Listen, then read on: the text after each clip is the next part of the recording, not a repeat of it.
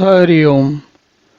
हम लोग अयोध्या कांड देख रहे हैं और इसमें जो प्रकरण अभी चल रहा है वो है जब भरत महाराज दशरथ के देहांत के बाद जब भरत और शत्रुघ्न वापस आते हैं तो वे लोग पाते हैं कि महाराज का देहांत हो गया है और महारानी कैकेयी उनको सारी बात बताती हैं, भरत को बताती हैं।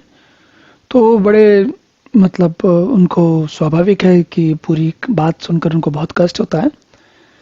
फिर वे माता कौशल्या के पास जाते हैं। तो चलिए देखते हैं माता कौशल्या के पास क्यों गए और क्या हुआ फिर वहाँ पर। तो भरत जी पहुँचे और उन्होंने बताया, कहा कि भाई पिता नहीं रहे इत्यादि।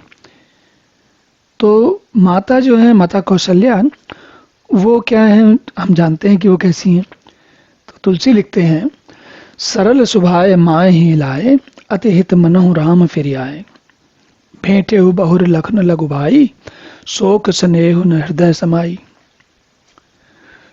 तो सरल स्वभाव वाली माता ने उनको अपने छाती से लगा लिया, भरत जी को अपनी छाती से लगा लिया और ऐसे लगा लिया जैसे कि उनके हिसाब से, उनकी बुद्धि से, उनकी दृष्टि से भरत और राम में कोई अंतर नहीं है। तो माता कौशल्या को लगा कि जैसे राम ही वापस आ गए हो। और फिर लक्ष्मण के छोटे भाई शत्रुघ्न को हृदय से लगाया तो उनको लगा लक्ष्मण वापस आ गए। उनके मन में देखिए ये स्थिति ऐसी होती है कि शोक भी है, महाराज नहीं रहे। एक तो पुत्र के वन जाने का शोक, फिर महाराज के न रहने का शोक। लेकिन पुत्र और दोनों, हमने जैसे पहले कथा पढ़ी है तो दोनों के दोनों चारों पुत्र, शुरुआत में कहते हैं ना बार बार कि चारों पुत्र जो है तीनों माताओं को बहुत बहुत प्रिय हैं। तो अभी थोड़ी देर के लिए बात बदल गई है, लेकिन ये कुछ समय के लिए ही रहेगी। खैर, तो माता के हृदय में शोक और स्नेह हृदय में समा नहीं रहा है। मतलब क्या कि दोनों ही उनके बहुत बहुत शोक भी है और स्नेह भी बहुत हो रहा है अपने पुत्रों से देख के, भरत और शत्रुघ्न को देखकर। देख सुबाह कहत सब कोई, राम मात अस काहे न होई। माता भरत गोद बैठारे, आंसू पोंछ मृदु वचन उचारे। जब माता कौशल्या ने ऐसा व्यवहार किया तो सभी लोग कहने लगे कि देखिए राम की माँ है, तो जैसे राम करते हैं वैसे ही है। राम की माँ का, राम को कहाँ से स्वभाव मिला? अपनी माँ से मिला। तो जो राम का स्वभाव है वो तो माता में दिखेगा ही दिखेगा। क्या दिखेगा? कि भाई सबको, सबसे प्रेम करना, सबको सबके साथ स्नेह से वार्तालाप करना। तो माता ने भरत जी को गोद में बैठा लिया और उनसे आंसू पोंछकर कोमल वचन बोलती हैं। क्या कहते हैं? अजो बच्च बलि धीरज रहो, कुसुमय समझ शोक परिहरहो। जनि मानव ही हानि कलानी, काल कर्म गति अघटित जानी। और हे वत्स, मैं तुम्हारी बलाएं लेती हूँ, बलैया लेती हूँ। बलैया लेती हूँ मतलब कि बलैया लेने का काम जो होता है वो माँ ही करती हैं। आपने देखा होगा बलैया लेने का अर्थ क्या होता है? दोनों हाथों से पुत्र के सिर के आसपास से उंगलियां घुमाते हुए, हथेली घुमाते हुए माता अपने सर पे ले आती है। उसका, उस बलैया लेने का अर्थ होता है कि जो कोई बला, कोई ऐसी चीज हो, कोई अपशकुन हो, कोई समस्या हो, कोई कष्ट आए तो पुत्र को आने से पहले मुझे मिले। अब स्वाभाविक है भाई, ये माँ तो जब पुत्र को बचपन से पालती है तो उनका स्वभाव वैसे ही बन जाता है। तो कहती हैं हे वत्स, मैं बलैया लेती हूँ। और फिर कहती हैं आगे, तुम अब भी धीरज रखो भाई, जो हो गया सो हो गया। बुरा समय जानकर शोक त्याग दो और जन मानव ही हानि गलानी। अपने जो ग्लानि है, अगर तुम्हारे मन में कोई ग्लानि है तो ग्लानि मत मानो। काल और कर्म की गति अमिट जानकर, काल समय और कर्म, क्या काल और कर्म का यहाँ क्या अर्थ है? काल का मतलब समय। समय कैसा? एक ही व्यक्ति का समय कभी अच्छा होता है, कभी बुरा होता है। जैसे होता है ना कि जैसे जलवायु के हिसाब के अनुसार, मौसम के अनुसार सर्दी गर्मी, सर्दी इत्यादि, बरसात इत्यादि होती है। उसी प्रकार से मनुष्य का जीवन हमेशा ही जैसा नहीं रहता, चाहे कुछ भी हो, बदलता रहता है। क्यों? काल के हिसाब से। और दूसरी कर्म की गति। कर्म क्या है? जो काम आपने किए हैं उनके आपको भोग भोगने पड़ेंगे।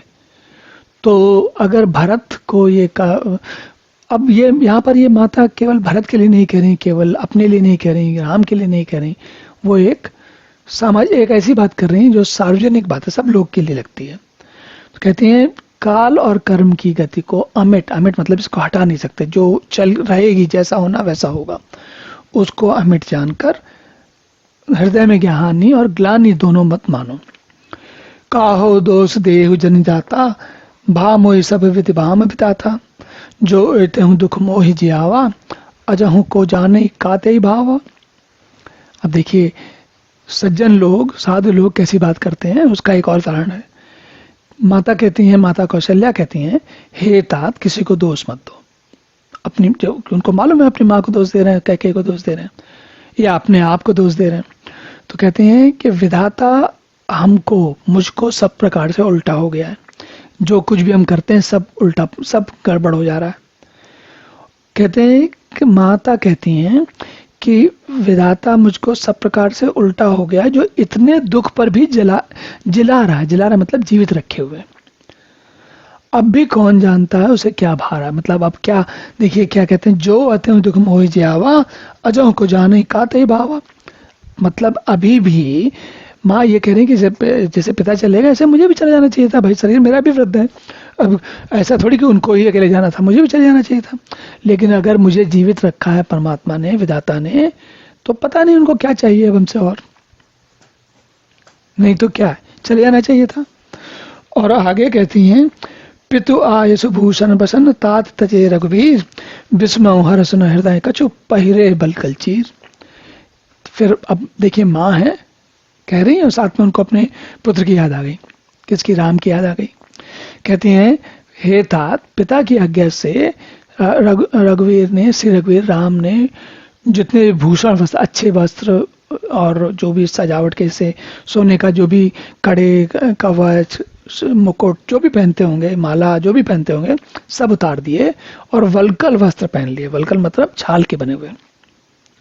और ऐसा करते समय विस्मय हर्ष न हृदय कछु, न कोई हृदय में विस्मय था, न कोई विषाद था, और बड़े प्रेम से उन्होंने सब कुछ धारण किया, न हर्ष न विषाद, कुछ नहीं, न उनको उस प्रकार के वस्त्र पहनने में बहुत खुशी हो रही, बहुत प्रसन्नता हो रही है, हर्ष हो रहा है, और ना ही कोई कष्ट हो रहा है। मुख प्रसन्न मन रंग न दोषु, सब कर सब विधि करि परितोषु, चले विपिन सुनि ऋषि संग लागी, रहै न राम चरण अनुरागी। मुख प्रसन्न मन रंग न रोसु, मुख प्रसन्न था और चेहरे पर कोई क्रोध का रंग नहीं था। सब कर विधि सब करि परतोषु, सबको समझाकर, सबको मन को ढाढ़स देकर, सबको समझाकर, संतोष कराकर तब वो वन को गए। और ये जब जा रहे थे तो चले विपिन सुनि सिय संग लागी, जब वो जा रहे थे तो सीता भी उनकी बात सुन के पीछे चल गई। और रहे न राम चरण अनुरागी, श्री राम के चरणों के अनुरागी वो किसी तरह से कम नहीं, जहां राम जाएंगे वहीं वो चले गए, तुरंत चले गए। और फिर आगे माता कहते हैं, सुनते ही लखनऊ चले उठ साथा, रहा न जतन किए रघुनाथा, तब रघुपति सब ही से रुनाई, चले संग से अरु लघु भाई। राम और सीता के जाने की बात सुनकर लक्ष्मण भी साथ में चलने को तैयार हुए, तो उनसे रघुनाथ ने उनको रोकने के बहुत यत्न किए दोनों लोगों को, लेकिन न माने। तब रघुनाथ जी, तब रघुपति सब ही सिर नवाए, सबको सिर नवाकर चले संग से अरुलग भाई, छोटा भाई और सीता को लेकर तब रघुनाथ चले गए। राम लखन से बने सिधाए, गाँव न संग न प्राण पठाए, यह सब आँख न आगे, तव न तजा तनु जीव अभागे। श्री राम लक्ष्मण सीता वन को चले गए, मैं उनके साथ में भी नहीं गई, महा गए न संग न प्राण पठाए, न मैं उनके साथ गई न मेरे प्राण गए। और यह सब भा इन आंखें न आ गए, ये सब इन्हीं आंखों के सामने हुआ। तऊ न तजा तनु जीव भागे, तब भी मेरा इस जीव ने शरीर को छोड़ा नहीं, मेरी मृत्यु नहीं हुई। अब देखिए कैसी अभागी हूं मैं। तो ये माता अपने आप के सामने कह रही है कि देखिए सब कुछ मेरी आंखों के सामने हुआ, लेकिन फिर भी जीवन का मोह इतना प्रबल है कि मैं छोड़ा नहीं मैंने। मोह न लाज निज नेहु निहारी, राम सरस्वत मैं तारी। लिए मर जिए मरे बल भूपति जाना, मोर हृदय सतकुलिस समाना। और अपने जो मुझे राम से इतना स्नेह है उसको देखकर मुझे कोई लज्जा नहीं, कोई उसमें कोई संकोच नहीं है। राम सरी के पुत्र की मैं माता हूं तो कितने खुशी की बात है। जीना और मरना, लेकिन कह रही है राम। अब देखिए, जीना और मरना तो राजा ने खूब जाना। क्या मतलब जाना? राजा ने कहा जब तक राम है तब तक मैं हूं, और जब राम नहीं तो मैं भी जाता हूं। तो कह रही हैं कि राजा ने जीना मरना खूब समझा, उन्होंने तो वही किया जो करना चाहिए था। पर कहती हैं मेरा हृदय, मोर हृदय सतकुलिस समाना, मेरा हृदय तो सैकड़ों वज्रों से भी कठोर है। इसका क्या अर्थ हुआ? वज्र को कहते हैं, वज्र बहुत कठोर होता है। कैसा होता है? कहा जाता है कि महर्ष दधीच की हड्डियों से, अब ये तो याद नहीं किस राक्षस का संहार करने के लिए, पर किसी एक राक्षस का संहार करने के लिए महर्षि दधीच की हड्डियों से एक विशेष अस्त्र बनाया गया था, जिससे देवराज इंद्र ने उस राक्षस का संहार किया। कहने का अर्थ ये है कि वज्र से ज्यादा अधिक कठोर कोई चीज नहीं मानी जाती है। तो कह रही है माता कौशल्या कह रही हैं कि मेरा हृदय वज्र के समान कठोर है, कि इतना सब कुछ हुआ मेरे सामने लेकिन कुछ फर्क नहीं पड़ा। मतलब वो अपने आप को एक तरीके से उलाहना दे रही, कह रही कि बताइए क्या कैसा जीवन है, हम मुझसे तो राजा अच्छे थे, कम से कम राम नहीं रहे तो चले गए छोड़ के। कौशल्या के वचन सुन भरत सहित सुनवास, व्याकुल विलपत राजगृह मानहु शोक निवास। और कौशल्या की ये बात सुनकर राजमहल के, अब सोच के देखिए, हम लोग तो साक्षात वहां पर हैं नहीं, केवल सुन रहे हैं, पढ़ रहे हैं, देख रहे हैं, तो भी मन भर आता है। लेकिन जिनके सामने सारी की बात हो रही होगी, वो लोगों को कैसी स्थिति हुई होगी। तो सारा का सारा निवास व्याकुल होकर विलाप करने लगा, और ऐसा लगा कि राजमहल जो है शोक का निवास बन गया है। बिलपहि बिकल भरत दो भाई, कौशल्या लिए हृदय लगाई, भांति अनेक भरत समझाए, कई विवेक में वचन सुनाए। भरत और शत्रुघ्न दोनों भाई विकल होकर विलाप करने लगे।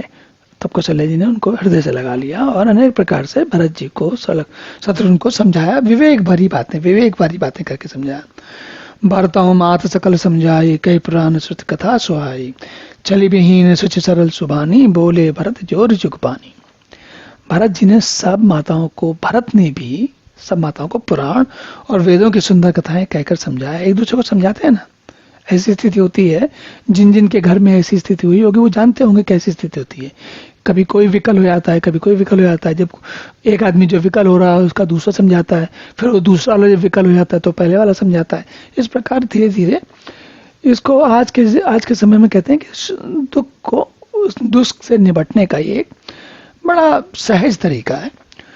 दोनों हाथ जोड़कर उसके बाद भरत जी क्या कहते हैं, छल विहीन सुच सरल सुबानी, बोले भरत जोर जुग पानी। दोनों हाथ जोड़कर भरत क्या कहते हैं, देखिए आप सोच के देखिए क्या कहेंगे। भरत कहने वाले हैं कि भाई मैंने नहीं किया ये सब, माँ ने जो कुछ किया, कैकेयी माँ ने जो कुछ किया, वो उससे मेरा कोई सरोकार नहीं है। चलिए आगे देखते हैं। जे अग माथ पिता सुत मारे, गाय गोट महेश्वरपुर जाने, जे अग ते बालक बद कीने, मीत महीपति माहुर दीने। जो पाप माता पिता और पुत्र के मारने से होते हैं, जो गौशाला और ब्राह्मणों के नगर जलाने से होते हैं, जो पाप स्त्री और बालक की हत्या करने से होते हैं, जो मित्र और राजा को जहर देने से होते हैं, जो विश्वासघात करने वाले पाप होते हैं, ये सारे के सारे कौन से पाप हैं? विश्वासघात के पाप हैं।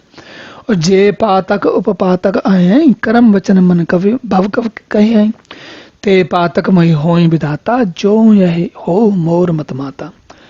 अगर हे माँ, वास्तव में अगर कर्म वचन और मन से ये सारे पातक मुझे मिले, जो जितने पातक जो माता पिता को मारने से, स्त्री बालक को मारने से, मित्र राजा को जहर देने से होते हैं, और सारे मुझे लगे। क्यों? यदि इस काम में मैंने कोई सोचा भी हो दूर दूर तक, मेरे मन में एक बार भी ऐसा विचार नहीं आया, और अगर आया है तो उनसे मैं सबसे बड़ा पापी हूं। पापी हूं मतलब सबसे ज्यादा मेरा जीवन कष्ट का हो आगे चल के। जे परिहर हरिहर चरण भजई भूत घनघोर ते कहे गति मोहि मोदेव विधि जौ जननी मत मोर।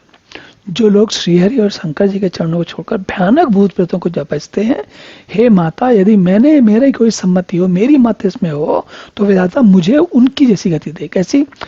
देखिए, सोच के देखिए, जब भजने के लिए भगवान विष्णु और भगवान शंकर हैं और उसके बाद भी कोई भूत प्रेत को जिसको याद आते हो, भूत प्रेत को भजने का अर्थ समझते हैं आप?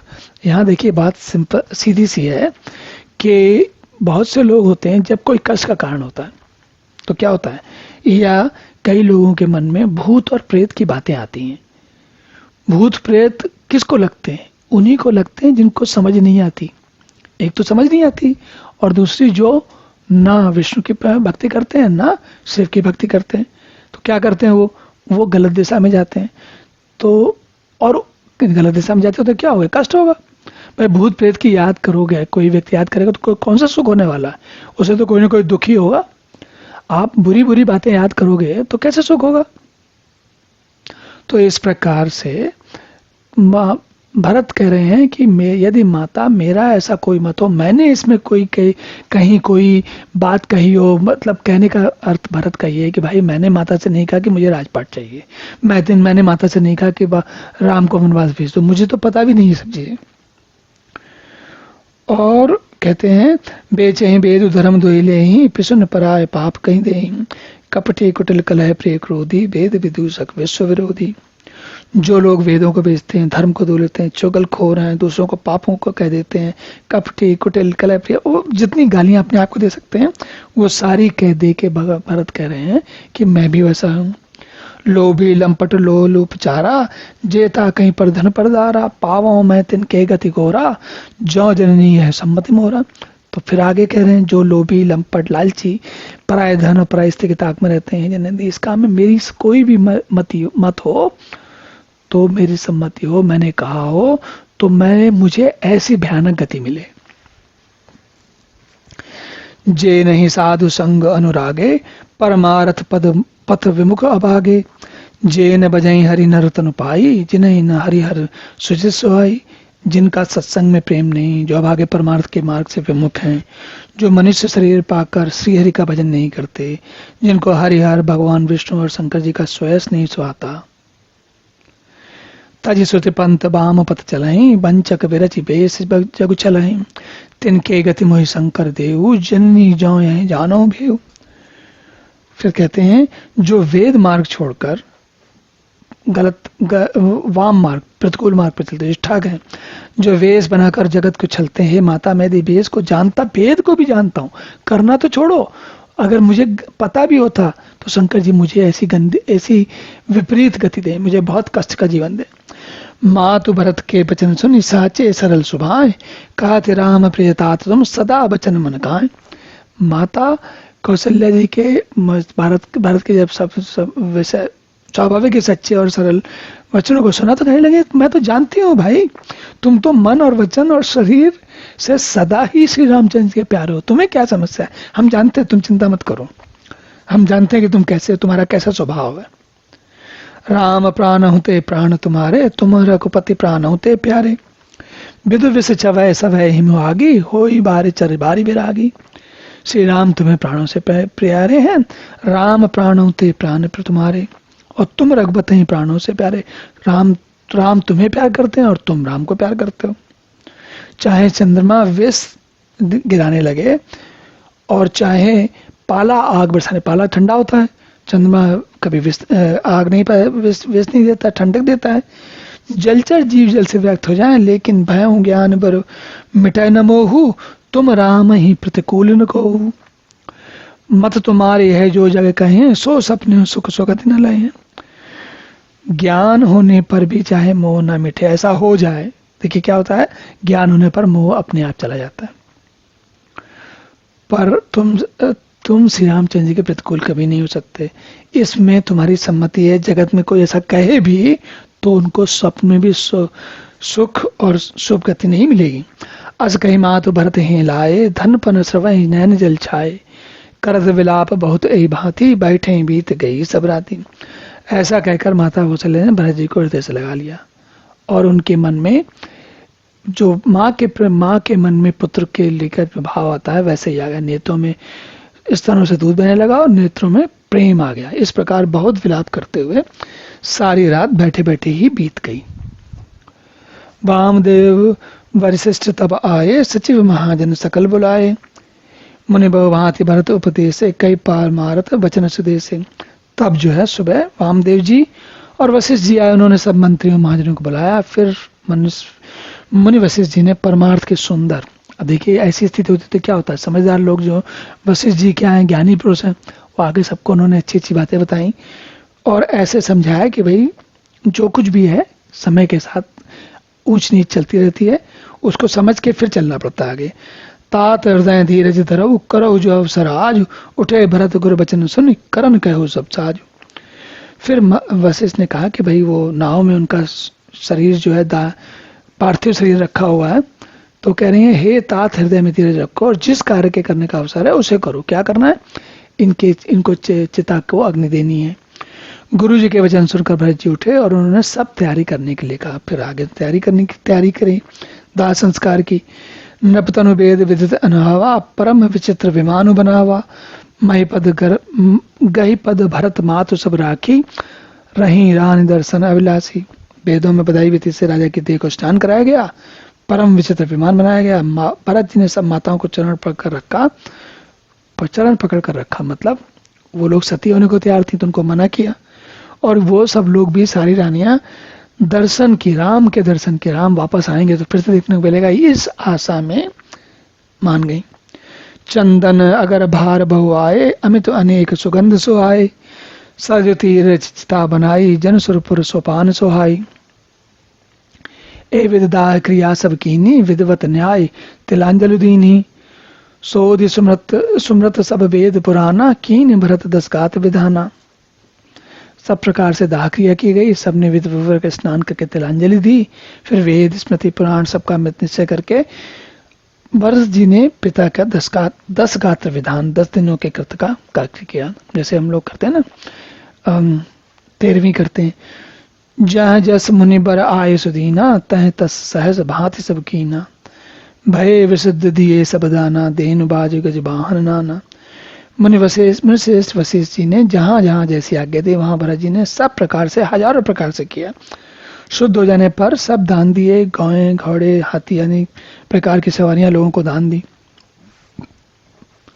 सिंहासन भूषण बसन अन्न धरन धन धाम, दिए भरत लही भूमि सुर, भे परिपूरन काम। सिंहासन, गहने, कपड़े, अन्न, पृथ्वी, धन और मकान भरत जी ने दिए। भूदेव ब्राह्मण दान पाकर परिपूर्ण काम हो गया, उनकी सारी कामनाएं पूरी हो गई। पितु हित भरत कीन जैसे करनी, सो मुख लाई जाय नहीं भरनी। सुदिन सोधि मुनिवर तब आए, सचिव महाजन सकल बुलाए। तो जो इसमें क्या हो रहा है, पिता के देहांत के बाद जो सारे कार्यक्रम हुए उसमें, उसके बाद उन्होंने भरत जी ने जिनको आवश्यकता है, जिनके पास साधन नहीं है, उनको दान दिए और ब्राह्मणों को दान दिए। तो इन दोनों के दान इसलिए दिए जाते हैं, सामान्यतः कारण उसका बहुत साधारण सा है। दोनों के दोनों आशीष देते हैं। जिसके पास नहीं है उसको कुछ मिले तो बड़ा सुखी होता है, सुखी होकर क्या करता है, आशीष देता है। इसी प्रकार ब्राह्मण जो है वो अपने पास कुछ ना होते हुए भी दूसरे के सुख के बारे में सोचता है, उसकी अच्छाई के बारे में सोचता है, इसलिए उसे दान दिया जाता है।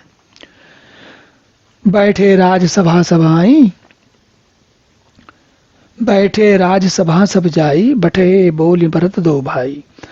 भरत वशिष्ठ निकट बैठारे, नीत धर्ममय वचन उचारे। फिर जाके सब लोग राजसभा में बैठे।